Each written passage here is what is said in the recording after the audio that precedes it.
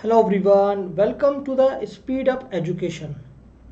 दोस्तों, आप सभी का स्पीड अप एजुकेशन के प्लेटफॉर्म में स्वागत है।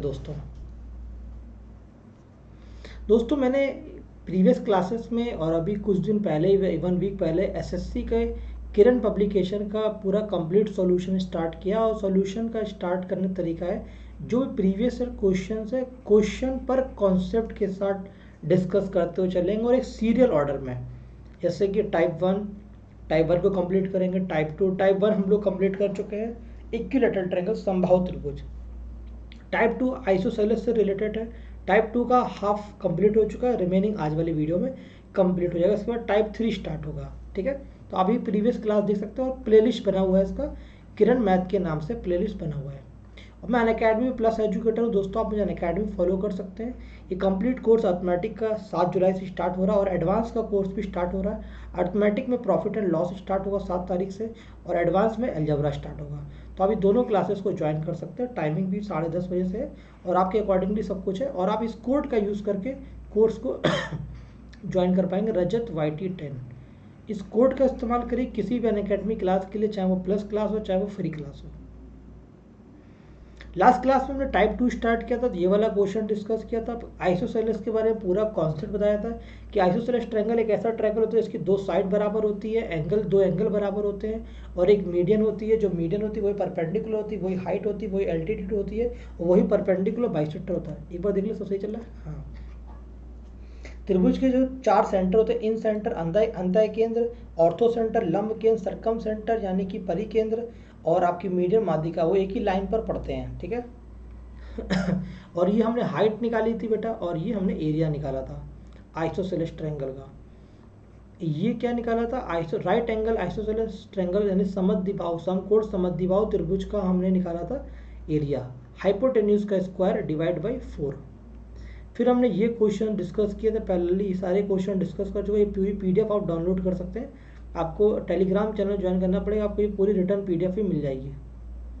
ठीक है, ये सारे क्वेश्चन जो एग्जाम के सीजल प्रीलिम्स प्लस मेंस दोनों जगह आए हुए क्वेश्चन थे, उनका हम लोगों ने ये स्टडी किया था। ये सब क्वेश्चन कर चुके थे, लास्ट क्लासेस में किया था। अब हमें यहाँ से स्टार्ट करना है, इस क्लास से, इस क्वेश्चन से आज की क्लास को स्टार्ट करना है। आइए पूरा सीरियल से चलेंगे, जहाँ पे ख़त्म करेंगे वहीं से स्टार्ट करेंगे। ABC क्या एक आइसोसेलेस ट्रायंगल है, ये एक ABC है यानी एक समद्विबाहु त्रिभुज आइसोसेलेस ट्रायंगल, जहाँ पे AD दे रखा है, ये AD, ये क्या मेरे भाई AD है। AD की लंबाई 8 दे रखी है, AB और AC की लंबाई 10 दे रखी है, यानी ये AB है, ये AC है, ये D है और ये B है। मीडियन है, मीडियन होगा तो ये इसको पार्ट में डिवाइड करेगा। हमें BC की लंबाई चाहिए। आप जानते हैं राइट एंगल ट्रायंगल बनता है, तो यहाँ पे पाइथागोरस लगाइए, ADC में पाइथागोरस लगाइए। 8 और 10, तो 10, 8 और 6 का ट्रिपलेट होता है, आपने पढ़ा होगा। तो ये साइड 6 हो जाएगी। अगर ये 6 हो जाएगी तो मीडियन होने के कारण ये भी 6 हो जाएगी। पूरा BC 6 + 6 12 हो जाएगा, 12 सेंटीमीटर। ABC क्या एक आइसोसेलेस ट्रायंगल है, कलर चेंज कर लेते हैं। और AB और AC दे रखा, BC दे रखा है। रेडियस ऑफ द सर्किल निकालना है, यानी कि हमें ये चाहिए। ये देखिए, ये क्या है, A पॉइंट है, ये B पॉइंट है और ये C पॉइंट है। AB और AC ये 12√5 है। ये 12√5 है और BC की वैल्यू 24 दे रखी है, D है। अगर BC 24 है तो ये 12 होगा, ये 12 होगा, क्योंकि ये मीडियन होता है। AD क्या होता है, माध्यिका होता है, परपेंडिकुलर बाइसेक्टर होता है, साइड को दो इक्वल पार्ट में बाइसेक्ट करता है। अगर ये बेस 12 है, हाइपोटेन्यूज 12√5 है, तो परपेंडिकुलर निकालेगा। कैसे निकालेंगे, AD की वैल्यू आएगी √12² यानी 144 इंटू 5 माइनस 12 का स्क्वायर 144 से। अगर हम यहाँ से AD स्क्वायर से 144 कॉमन ले ले तो 12 बाहर आ जाएगा, 5 में से 1 गया, √4, तो 12 दूनी 24। ये वाली हाइट आ गई 24 आ गई। अब हमको निकालना radius of the circle, circle का रेडियस। अगर हम सर्किल का रेडियस, और सर्किल कौन सा है इसमें, सर्किल बताया ही नहीं, क्या इंस्क्राइब है। अच्छा, सर्किल क्या है, अंदर है। ABC is an isosceles triangle inscribed in a circle. Circle के अंदर क्या है, ये सर्किल है, ये जिसके आगे इंस्क्राइब लिखा होता है, यानी जहाँ इंस्क्राइब का मतलब होता है सर्किल के अंदर एक्स और इंस्क्राइब लिखा हो सर्किल के अंदर, और बाहर वाला लिखा होता है जो बाहर होता है, ठीक है, इंस्क्राइब। यहाँ तक का पॉइंट क्लियर है। हमें रेडियस निकालनी, तो आपको पता है सरकमफेरेंस से लेकर आने वाली सेंटर तक के डिस्टेंस को हम लोग रेडियस कहते हैं। ये चाहिए हमें कैपिटल आर, या हम इसको इससे मिला भी दें तो भी यही कैपिटल आर होगी। अगर इसको मैं ग्रीन कलर से मिलाता हूँ, ये भी रेडियस है और ये भी रेडियस, ये सब के सब क्या है, रेडियस है, आर है और ये आर है, ठीक है। हमें इस कैपिटल आर की वैल्यू को फाइंड आउट करना है, कैपिटल आर की वैल्यू को, और हमें कुछ ज़्यादा पता नहीं है। तो अगर हम कैपिटल आर को देखें तो पूरी अगर 24 है तो ये 24 माइनस आर होगी, ये 24 माइनस आर हो जाएगा, ये 12 हो जाएगा। तो हम ये हाइपोटेन्यूज लगा लें यहाँ पर भी, right angle triangle Pythagoras theorem. तो आर का square is equals to 24 minus r का स्क्वायर होल स्क्वायर प्लस 12 का होल स्क्वायर, ये हो गया इसका फॉर्मूला। 24 का स्क्वायर होता 576, 12 का स्क्वायर होता 144, दोनों को जोड़ देंगे, प्लस का आर स्क्वायर माइनस का 48 आर हो जाएगा, ठीक है। 576, 6 4 10, 7 4 11 और एक 12, 5 और एक 6 और एक 720, आर स्क्वायर से आर स्क्वायर कट जाएगा, ठीक है, बराबर आ जाएगा 48 आर। 12 चौक 48, 12 छंग 72, 4 से कटेगा 15, ये आ जाएगा 15 यूनिट। अब इसी सवाल को सॉल्व करने का एक शॉर्टेस्ट अप्रोच बताता हूँ। पहले तो ये हमने बेसिक डिटेल डिस्कस किया दो बार पाइथागोरस लगा, एक बार एडी निकाला और एक बार ये पॉइंट अगर हम मान लें ओ तो ओडी ओ आर ओ सी निकाला, ठीक है। ये था एक बेसिक पॉइंट। अगर हम इस सवाल को थोड़ा और स्मार्टेस्ट अप्रोच को करना चाहिए, क्योंकि स्मार्ट अप्रोच से ही क्वेश्चन को निकाला जा सकता है। आइए देखते हैं।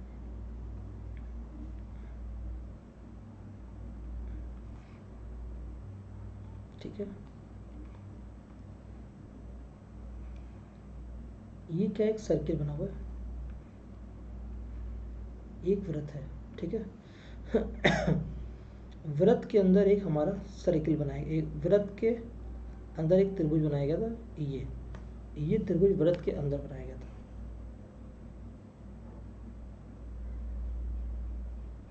ये बनाया गया था, ओके।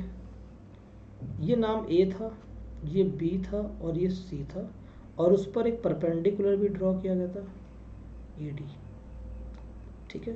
ये ए डी हो गया और ये इसकी माध्यिका हो गई। ये साइड हमको 12√5 दे रखी थी, ये साइड 12√5 दे रखी थी, और ये 24 था पूरा, तो ये भी 12 हो गया था, ये 12 हो गया था।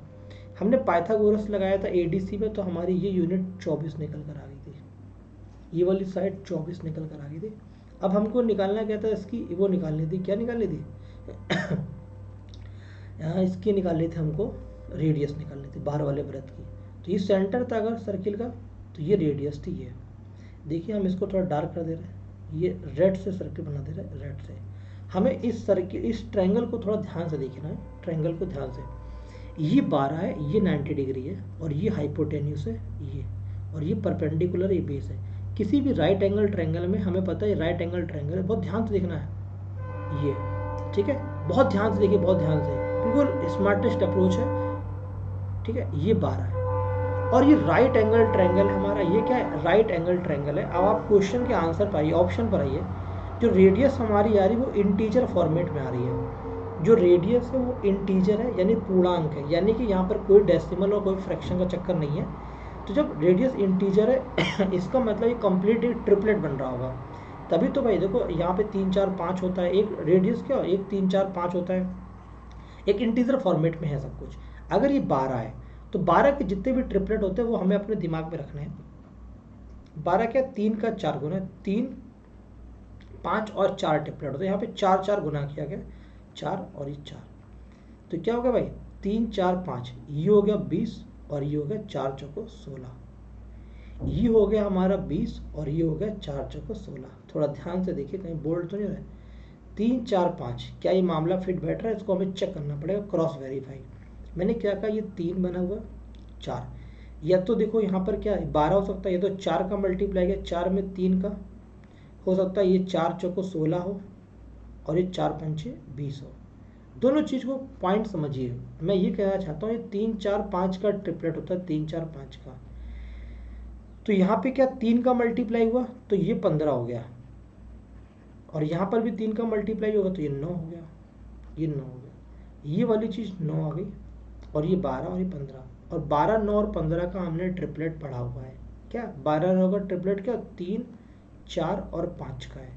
अगर आपको लगता है सर उल्टा क्रॉस चेक कराइए तो मैं आपको उल्टा क्रॉस चेक करा देता हूँ। अगर ये 12 है, आप इसको 4 मानेंगे तो ये 4 3 12 हो गया, ये 3 होगा तो भी 9 होगा, ये 15 हो जाएगा, 12, 9, 15। तो 12, 9, 15 ट्रिपलेट देखा आपने, ये पूरा कितना होगा 15 हो गया। ये आपके ऑप्शन में आंसर भी है। ठीक है, यहाँ तक की बात क्लियर है। बस इस तरह से आप शॉर्टेस्ट आपको लास्ट करें 15। अगला क्वेश्चन देखते हैं। बाकी बुक की सॉल्यूशन तो आपके सामने ही रहा। आइए, ये क्वेश्चन कह रहा है कि ए बी सी एक आइसोसेलेस ट्रायंगल है जहाँ पर ए बी बराबर ए सी है। आइए सर्किल को ड्रॉ करते हैं। ए बी सी क्या है, एक आइसोसेलेस ट्रायंगल है। ये ए है, ये बी है और ये सी है, जहाँ पे A B is equal to A C के बराबर है। Which is circumscribed about a circle, यानी इसके अंदर एक सर्किल को सर्कमस्क्राइब किया गया है ना। वृत्त के बारे में पता है, यदि पी वह बिंदु है जो वृत्त पी सी को स्पर्श करता है। पी वह बिंदु है, P is a point where the circle touches the side B C को टच करता है। तो कौन सा पॉइंट करेक्ट होगा। हमको पता है बेटा, एक थ्योरम भी हम जानते नहीं हैं, तो थोड़ा सा आप यहाँ पर देख लीजिए। जब कभी भी यहाँ पर हमने एक सर्किल बना दिया आपके सामने, ठीक है, मान लीजिए सर्किल है, ये सर्किल है और ये लाइन बना दिया। आप ये देखिए, ये सर्किल को टच करने वाली लाइन को हम लोग टेंजेंट कहते हैं। सर्किल के बाहर बिंदु से किसी एक पॉइंट पर टच करने वाली रेखा को हम लोग टेंजेंट के नाम से जानते हैं। और ये दो टेंजेंट हैं। ये क्या है भाई, स्पर्श रेखा कहते हैं टेंजेंट गति में। ये क्या, अगर ये पी पॉइंट है और ये ए पॉइंट है तो ये दोनों के दोनों का टेंजेंट है मेरे भाई। तो पी ए बराबर पी बी होता है टेंजेंट। इसको प्रूव भी कर सकते हैं कैसे, यहाँ पर एक लंब डाल के है ना, और फिर इसको मिलाएंगे तो ये क्या हो जाएगा 90 डिग्री हो जाएगा। पता है टेंजेंट पर परपेंडिकुलर, टेंजेंट से सेंटर से मिलाने वाली वो रेडियस होती है, और रेडियस टेंजेंट पर परपेंडिकुलर होती है। ये आर हो जाएगा, मैं आपको दिखा देता हूँ हल्का सा। ये आर हो जाएगा, ये भी आर हो जाएगा, ये दोनों आर और आर हो जाएगा। एक प्रॉपर्टी होती है, आपको बताया भी है, राइट एंगल, क्योंकि ये 90 डिग्री है, ये दोनों 90 डिग्री।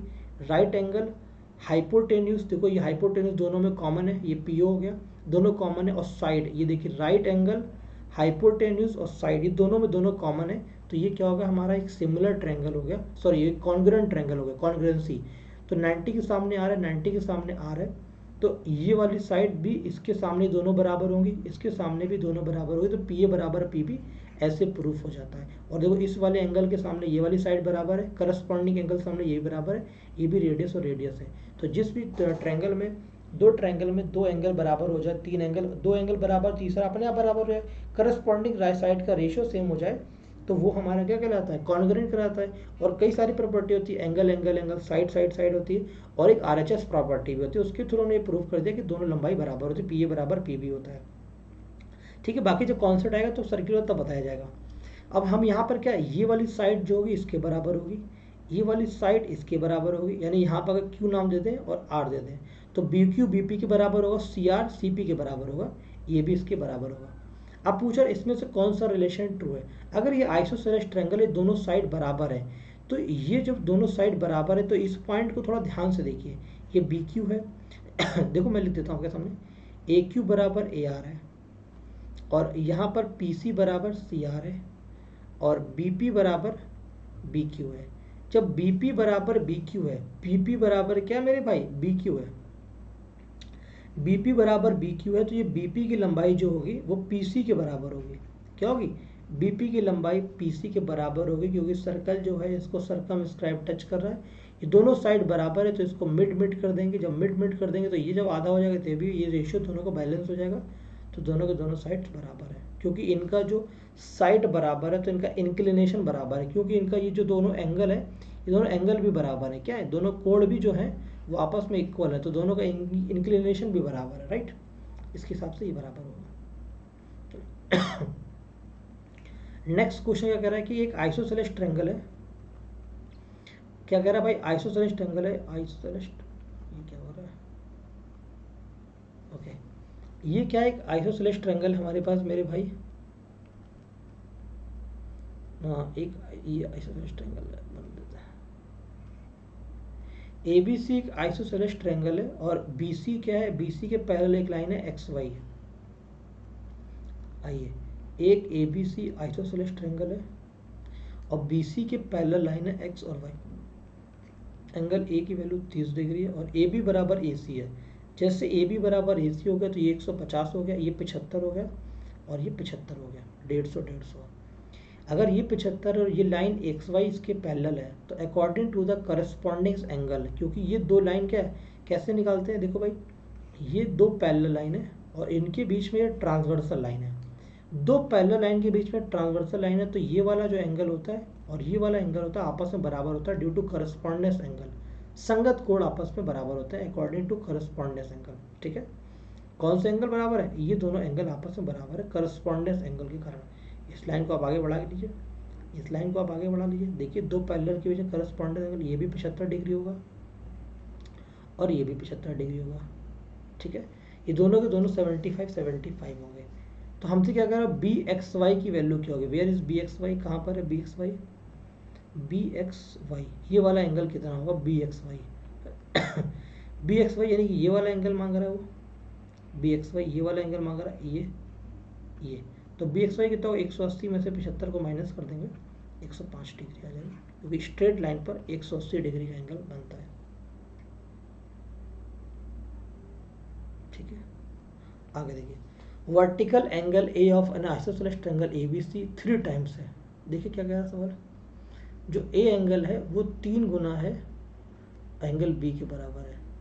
ठीक है, आइसोसेलेस ट्रायंगल है तो जो बी एंगल होगा वो सी के बराबर होगा, जो ए बराबर 3 बी है वही ए बराबर 3 सी भी होगा। एंगल ए की वैल्यू निकालनी है, रेशियो देख लो भाई, बराबर है 3 3 6 करके देख लो, चाहो तो आप इसको कन्वर्ट कर लो, ए प्लस बी प्लस सी कितना होता है, 180 के बराबर होता है ना। ये अगर 1 है तो ये वाला एंगल कितना, 1/3 है इसका, ये भी इसका 1/3 है, ये 180 के बराबर है। 3 3 एलसीएम ले, 3 3 3 2 5, 5 यूनिट की वैल्यू किसके बराबर आ रही है, 180 इंटू 3 के बराबर आ रही है। ये 5 से कटेगा 36, 36 यहाँ 108 डिग्री आंसर आ गया, 108 डिग्री के बराबर इस क्वेश्चन का आंसर आ गया। अगला क्वेश्चन कहता है एबीसी एक आइसोसेलेस, ये भी सीजल टीयर 2 में क्वेश्चन आया था आपके एग्जाम में। देखिए एबीसी क्या एक आइसोसेलेस ट्रायंगल है और ए बी बराबर ए सी एंगल ए 40 है। पहले लिख देता हूँ, ए बी सी बराबर ये ए एंगल है, बी है और ये सी है। A B is equal to A C के बराबर, एंगल ए की वैल्यू 40 डिग्री के बराबर है ये 40 डिग्री है। Bisector P O, P O तो कहीं दिख ही नहीं रहा अभी, T O the exterior angle A B D, A B D भी नहीं पता अभी। अच्छा, बी सी को दोनों साइड प्रोड्यूस किया गया, क्वेश्चन ने कह दिया आगे, सारी बातें क्लियर कर दी कि बी सी को प्रोड्यूस किया गया, ये हमारी बी सी लाइन है,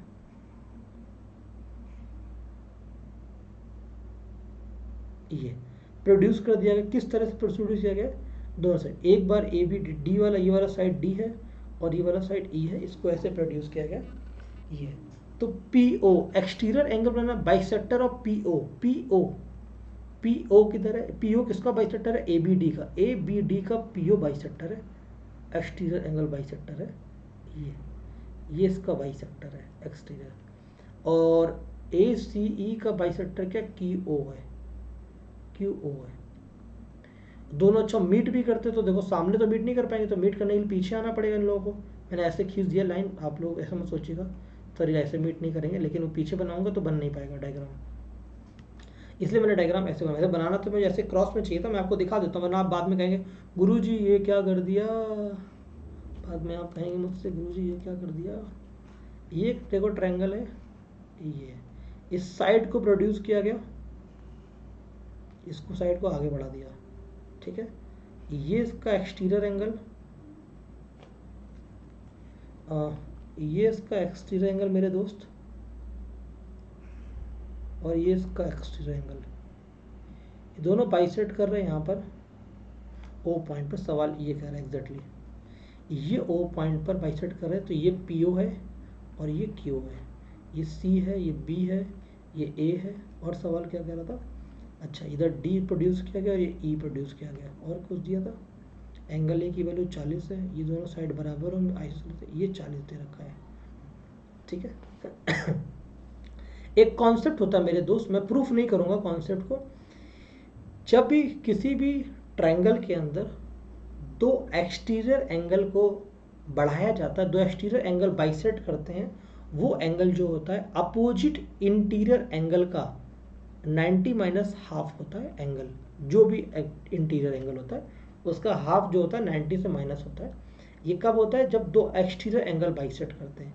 इसी थ्योरम को दूसरी तरह से देखा जाए, अगर कोई दो, एक ट्रायंगल में कोई दो इंटीरियर एंगल बाइसेट कर रहा है, ये इंटीरियर एंगल बाइसेट करते हैं, तो वहां पर क्या होता है, ये जो एंगल होता है 90 plus A by opposite vertex के हाफ एंगल का, ये 90 प्लस हो जाता है, 90 माइनस 2 होता है, ठीक है। ये क्या होता है? 90 प्लस ए बाई 2 होता है when the interior angle bisectors meet intersect at the point, किसी भी पॉइंट पर कट करते हैं। मान लो कि ये पॉइंट यहाँ पर भी ओ है या पी, मान लो ये वाला एंगल जो होता है ये 90 प्लस ए बाई 2 होता है, ठीक है।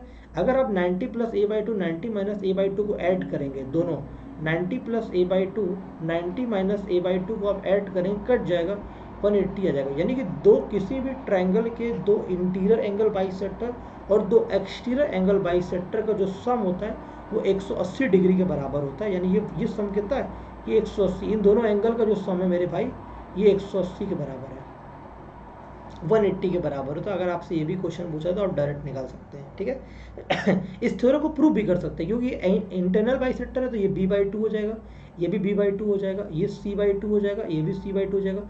आप ये वाला पी बीपीसी त्रिभुज देखो, 180 त्रिभुज के तीनों कोणों का सम कितना होता है? 180 होता है। b by 2 plus c by 2 plus angle p बराबर 180 हो गया। यहाँ से p की वैल्यू निकल आएगी, 180 minus B plus C by 2, B plus C by 2 कितना होता है? 90 माइनस ए बाई 2 होता है, वो कट जाएगा, आंसर आ जाएगा। तो ये भी निकाल सकते हैं, ऐसे इसको भी प्रूव कर सकते हैं। ये b बाई 2 होगा, ये भी b बाई 2 होगा, इसको भी प्रूव कर सकते हैं। त्रिभुज के तीनों कोणों का 180 के बराबर होता है, ये आप आराम से प्रूव कर लेंगे। नहीं समझ में आएगा तो कमेंट बताइएगा, कर देंगे प्रूफ। तो ये एंगल निकालना था मेरे भाई, ये क्वेश्चन कहाँ गया? ये एंगल निकालना था। तो ये ऊपर वाला 40 है, तो 90 माइनस 40 बटे 2, 90 माइनस 20, आंसर है 70 डिग्री, 70 डिग्री। क्वेश्चन का आंसर है ए ऑप्शन, 70 डिग्री। ये त्रिभुज क्या है हमारा? आइसोसेलेस ट्रायंगल है, ट्रायंगल एबीसी। क्या है भाई? आइसोसेलेस ट्रायंगल, ट्रायंगल एबीसी है। एल्टीट्यूड खींचा गया ए से, बोला है ये ए है, ये बी है और ये सी है, और ये 15 और ये 15 है। इस पे बी सी की वैल्यू 12 है, तो ये आपको पता है 90 होता है, ये मीडियन भी होता है, ये 6 और 6 हो जाएगा। अगर भाई ये वैल्यू 6 है तो क्या बोल रहा है? अच्छा, इसकी वैल्यू नहीं दे रखी है, अच्छा ओके। तो इस पर जो एल्टीट्यूड डाला गया इसकी लंबाई 12 दे रहा है, ए टू बी सी 12 है, तो बी सी की लंबाई ये 12, ये 15 है। 12-15 का ट्रिपलेट कितना होता है मेरे भाई? ये 12 है, यानी 3 का 4 गुना है, या 4 का 3 गुना कह लो, ठीक है। 3 का 4 गुना है, और ये 3 का 5 गुना है, 5 का 3 गुना है, 4 का 3 गुना है, तो 3 का 3 गुना होगा, ये 9 हो जाएगा। ये 9 होगा तो ये भी 9 होगा, और ये 18 हो जाएगा। क्यों? क्योंकि ट्रिपलेट बने राइट एंगल ट्रायंगल होता है, इसलिए। अगला देखो भाई, इस क्वेश्चन को देखते हैं। ये क्या, एक आइसोसेलेस ट्रायंगल है हमारे पास, A B C isosceles triangle, AD is the median, ये माध्यिका है। ये क्या, ए बी सी क्या, आइसोसेलेस ट्रायंगल है। ये एडी क्या है? इसकी माध्यिका है। ये एडी माध्यिका अनइक्वल साइड, यानी ये साइड दोनों बराबर है, ये साइड बी है, अनइक्वल है माध्यिका। And D, DP is the angle bisector of angle A D B. A D B का एंगल बाइसेक्टर क्या है? डीपी है, ये डीपी है, एंगल बाइसेक्टर है, ठीक है। डीपी क्या है? एंगल बाइसेक्टर है, क्योंकि ये एंगल कितना होता है? 90 डिग्री होता है, क्योंकि परपेंडिकुलर है भाई, एल्टीट्यूड होता है, मीडियन होती है, ये 90 होता है, तो ये वाला एंगल भी बाइसेक्ट कर रहा है। ये 45 हो जाएगा और ये भी 45 हो जाएगा, क्योंकि ये क्या, एंगल बाइसेक्टर है, ओके। पी क्यू के पैरेलल लाइन को ड्रॉ किया गया, पी क्यू के एक लाइन पैरेलल ड्रॉ की गई, ये पी, क्योंकि ये पॉइंट पी था, तो ये Q, P Q B C के पैरेलल ड्रॉ की गई है, ओके। ए सी पे कट कर रही है क्यू पॉइंट पे। पी डी क्यू एंगल निकालना, पी डी क्यू, इसको मिला देते हैं, पी डी क्यू, यानी हमको ये एंगल पता करना है ये पूरा एंगल कितना होगा। एक तो पता चल चुका है कि एंगल 45 से ज़्यादा होगा, क्योंकि ये वाला एंगल अगर 45 हो चुका है तो ये वाला 45 से ज़्यादा ही होगा, तभी तो 45 से कुछ तो ज़्यादा ही होगा, तो ये आंसर 45 नहीं होगा। और 180 कभी नहीं हो सकता। पूछे 180 क्यों होता है? क्योंकि पी क्यू डी एक ट्रायंगल है मेरे भाई। अगर ये 180 हो जाएगा तो ये तो अपरंपार हो जाएगी। और इसको देखो भाई 45 को जोड़ेंगे तो 175 आ रहा है, ये 40 175, ये भी तो 5 डिग्री एंगल लगभग। अगर हम आंसर लगाएं तो हमें 90 मिल जाएगा। बी ऑप्शन डायरेक्ट दिखाए कि पूरा का पूरा ये 90 हो जाएगा। ठीक है, अब हम इस क्वेश्चन को और कोशिश करते हैं समझने की, है ना, कि क्या हो सकता है। आइए, 130 वाला हो सकता है आंसर, क्योंकि पूरे की बात कर रहा है, ये वाला मे भी पॉसिबल है, जो भी होगा हम देख लेते हैं। ठीक है, अब देखिए ये 45 डिग्री हो गया मेरे भाई, ये एंगल क्या है 45 डिग्री है। ये लाइन जब BC के पैरेलल है तो यहाँ पे कई सारे थ्योरम लगती हैं। एक आप चाहे मिड पॉइंट थ्योरम लगा लीजिए, चाहे रिवर्स मिड पॉइंट लगा लीजिए, चाहे थेल्स थ्योरम लगा लीजिए, क्योंकि साइड का जो ये रेशियो है ये बराबर हो जाता है जब लाइन पैरेलल होती है। पैरेलल लाइन होती है तो रिवर्स थेल्स थ्योरम लगा सकते हैं कि पैरेलल लाइन है तो ये दोनों के करस्पॉन्डिंग साइड का रेशियो सेम होता है। रिवर्स मिड पॉइंट थ्योरम लगा सकते हैं, दोनों पैरेलल है तो ये दोनों का साइड रेशियो सेम होगा, ये इसका आधा होगा, यानी PQ आधा होगा BC का, ये लगा सकते हैं। ठीक है, अब हमें और चीज़ समझनी है, हमें और कुछ नहीं दिया हुआ है। ये एक अनइक्वल एंगल है, ये 45 डिग्री है, ये देखो मीडियन है, जो ये माध्यिका है हमारी, ये वाली लाइन माध्यिका है। कौन सी माध्यिका है? AD माध्यिका है। तो जब ये यहाँ पर बाइसेक्ट कर 90, तो ये लाइन इसके PQ पैरेलल है BC का, तो ये वाला एंगल भी 90 डिग्री होगा और ये वाला एंगल भी 90 डिग्री होगा।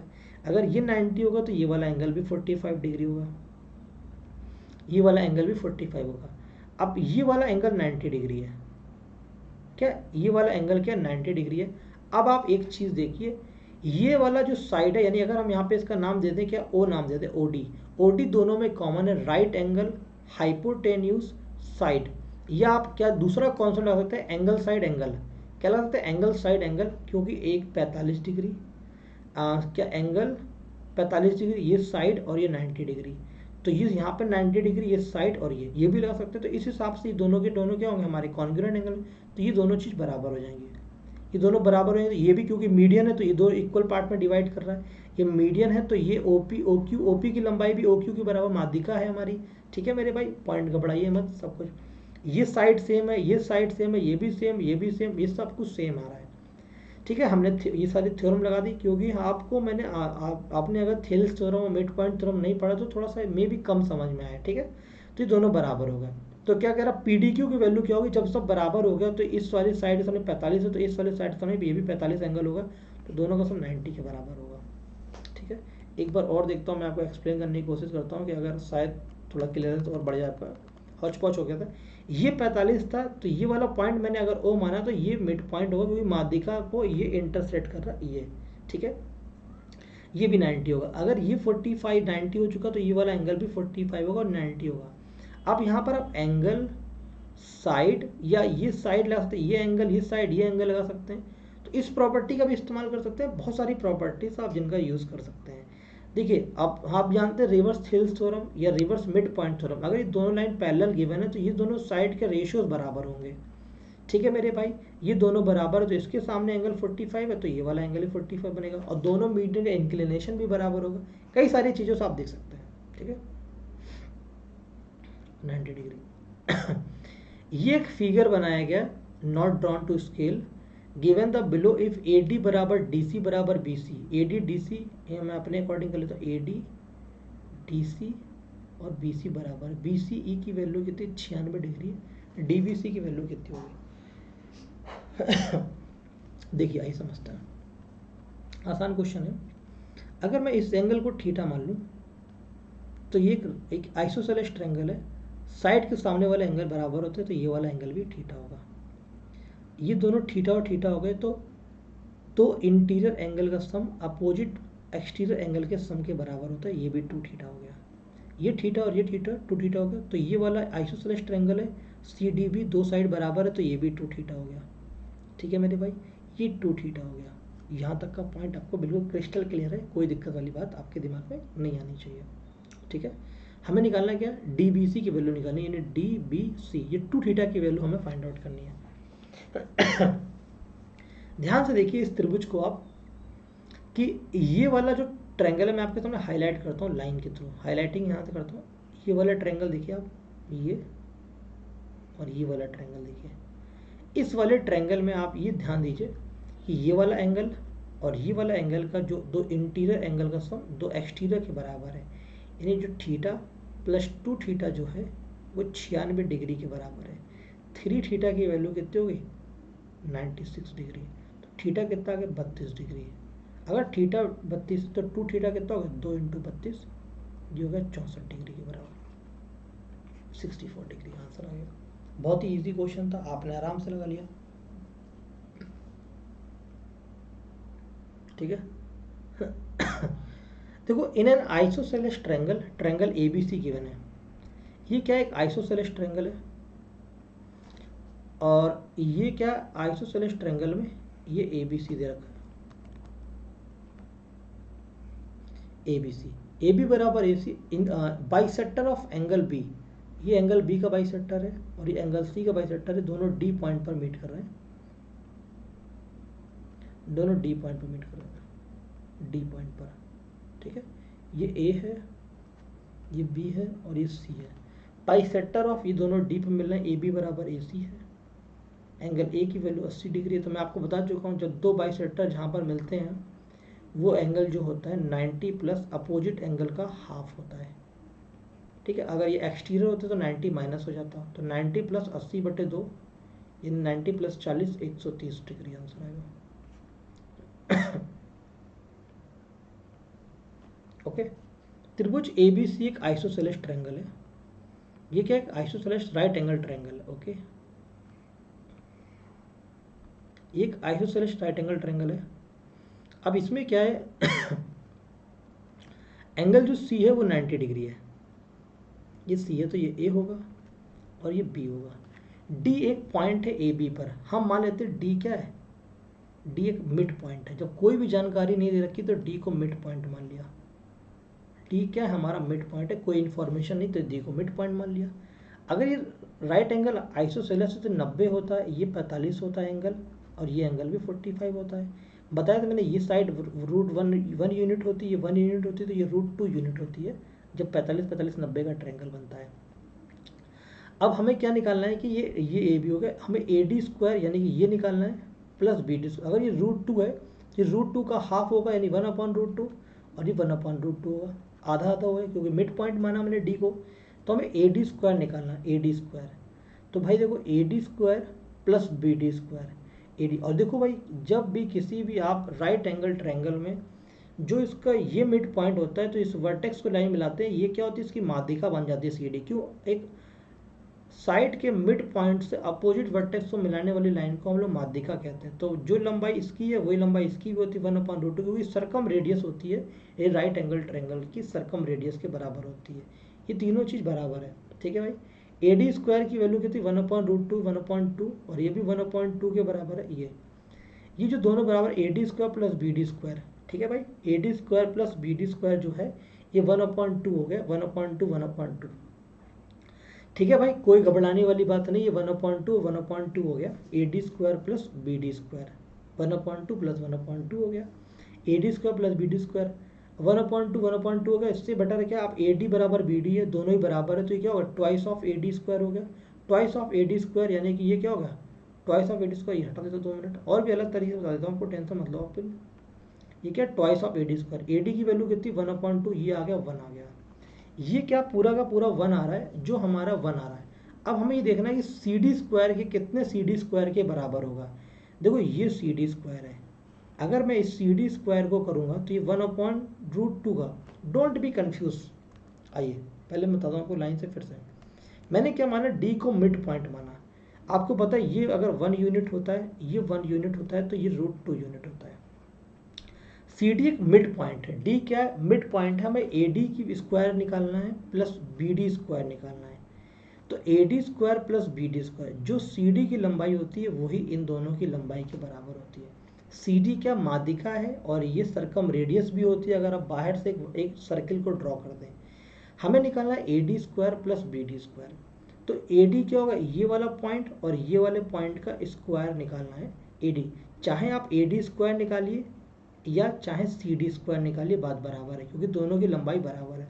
चाहे आप बी डी स्क्वायर निकालिए चाहे सी डी स्क्वायर निकालिए, ये दोनों का जो सम हो गया C D square plus C D square 2cd square के बराबर हो गया। समझ में आया? फिर से देखिए, डोंट बी कंफ्यूज। मुझे पता है कि सवाल थोड़ा सा बहुत बहुत ही ट्रिकी सवाल है, टीयर 2 में आया हुआ सवाल है। ये 45 है, ये यूनिट अगर 1 होती है, ये यूनिट 1 होती है, तो ये √2 यूनिट होती है। एक पॉइंट ये समझा, जब हमें पता है किसी भी साइड के मिड पॉइंट से दो अपोजिट वर्टेक्स मिलाते हैं माध्यिका होती है, और ये लंबाई भी बराबर होती है, क्योंकि आपको पता होना चाहिए हाइपोटेन्यूज का मिड पॉइंट होता है, हाइपोटेन्यूज का मिड पॉइंट होता है सर्कम रेडियस, क्योंकि इसको अगर हम सर्किल के अंदर ड्रॉ कर लें, ठीक है, सर्कम रेडियस हो जाएगी ये क्या सर्कम रेडियस हाइपोटेन्यूज का मिड पॉइंट होती है, और ये माध्यिका भी है क्योंकि राइट एंगल की बात है। तो देखो ये जो लंबाई बराबर है, तो ये क्या हो गया, सी डी हो गया, और ये भी सी डी हो गया, तो ये C D square plus C D square 2cd square के बराबर हो गया। एक तो तरीका आपको ये होगा। दूसरा तरीका आप ये देखिए कि हम डी को क्या करें, डी को यहाँ माने ही ना, डी को भी हम यहीं पर मान लेते हैं कि डी भी यहीं पर है। जब डी पॉइंट भी यहीं पर है तो ये 1 यूनिट, ये 1 यूनिट और ये √2 यूनिट होता है। जब डी भी यहीं पर है तो ए डी स्क्वायर है, क्या होता है भाई, A D square, colour change करता हूँ, ए डी स्क्वायर, ए डी तो यहीं पर है तो 0 हो गया, प्लस बी डी स्क्वायर, ये पूरा जो बी डी स्क्वायर है ये प्लस का B D square, B D square कितना है हमारा, ये बी डी स्क्वायर जो है ये बी डी स्क्वायर, यानी कि हमारे पास जो बी डी स्क्वायर की वैल्यू निकालनी है। समझ में आ गया? हमने डी को भी ए पॉइंट पर मान लिया, ये दूसरा मेथड है। अब देखो एक और एक दो, ये अगर सी डी, ये क्या एक यूनिट, हमें सी डी नहीं पता है, सी डी, ये सी डी है, ये सी डी एक यूनिट है, और ये √2 यूनिट बी डी, जो बी डी का √2 यूनिट जो सी डी के बराबर होगा, यानी कि आप ये बात समझिए, सी डी की लंबाई 1 है, 1 यूनिट की वैल्यू जो है सी डी है, तो √2 यूनिट की वैल्यू हमें निकालना है, √2 यूनिट, तो √2 टाइम्स हो जाएगा, ये √2 टाइम्स सी डी, यानी कि √2 टाइम्स हो जाएगा, √2 टाइम्स सी डी, और इसका स्क्वायर है तो 2cd स्क्वायर।